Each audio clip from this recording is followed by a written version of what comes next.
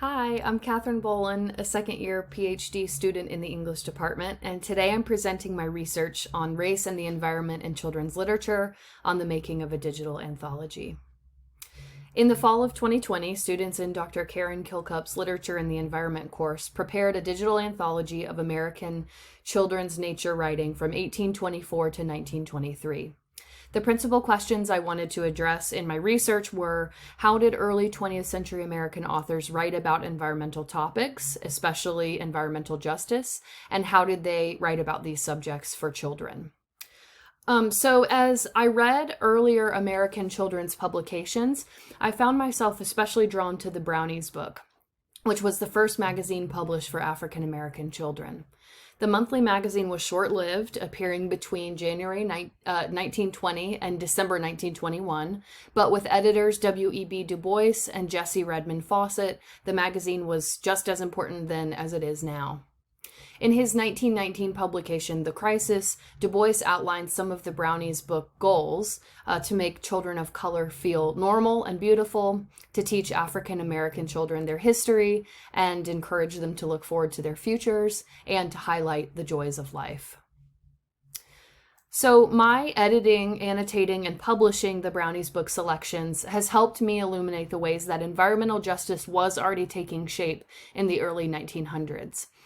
Environmental justice is defined as the fair treatment and meaningful involvement of all people regardless of race, color, national origin, or income with respect to the development, implementation, and enforcement of environmental laws, regulations, and policies.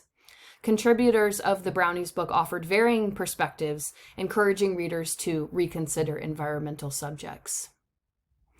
So the first story that I want to share today is called Jip, a Fairy Story by A.T. Kilpatrick, which is a whimsical sketch about the origin of racial difference.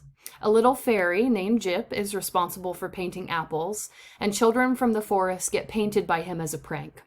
He paints some red like the apples and others brown like the leaves, and as the narrator reports, now their descendants still live. The narrator ends by stating the little brown children can be found most everywhere, carrying happiness and sunshine to all they see. This positive representation of racial difference is essential for young children of color to see. This story also connects race and the environment, which allows children an entry point into understanding both racial issues and environmental concerns.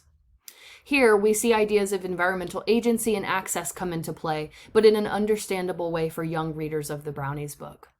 Because of our country's history of enslavement, African Americans have had a fraught relationship with the natural world. For people who were enslaved, for example, nature provided both refuge and a place of dehumanization. In Jip, a Fairy Story, the little brown children frolic through nature, representing the possibility for young children of color to enact their own environmental agency. So the next story that I want to share today is called A Girl's Will by Ella T. Madden. And this story also addresses race and the environment, but it adds elements of gender and class. Environmental injustices disproportionately affect underserved communities, and this class discrepancy is seen between the two main characters in A Girl's Will. Like many other texts featured in the Brownies Book, racial uplift is an important theme, which is the ideology that educated Black people are responsible for the welfare of the majority of the race. In this short story, we witness two young African Americans, the well-to-do narrator Elise and her friend Helen LaRose, who is too poor to attend college.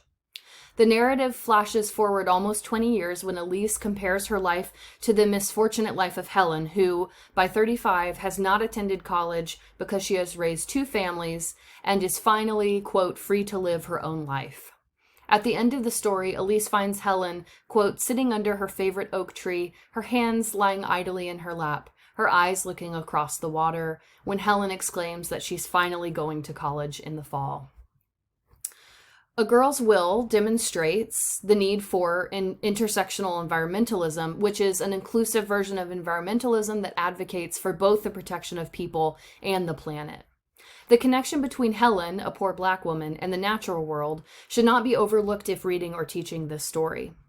Keeping African Americans' complicated relationships to the natural world in mind, Helen's attachment to nature suggests that people of color should not be excluded from traditional, white, natural spaces, and that people of color may also find solace in nature despite their hardships. This story encourages young Black readers to persevere through the things they cannot control, such as home environment, class, race, gender, ability, etc., and to seek comfort in nature. In conclusion, this scholarship matters because it historicizes the environmental justice movement, demonstrating how selections published in the Brownies Book paved the way for our contemporary movement. This scholarship also highlights the necessary role the humanities plays in activism. The Brownies Book empowered young African American readers and writers by giving them agency. In fighting for environmental justice, we must prioritize the voices of marginalized people. Through these anthology selections, I aim to amplify these voices in an open access format to help advance social and environmental equity. Thank you for your time.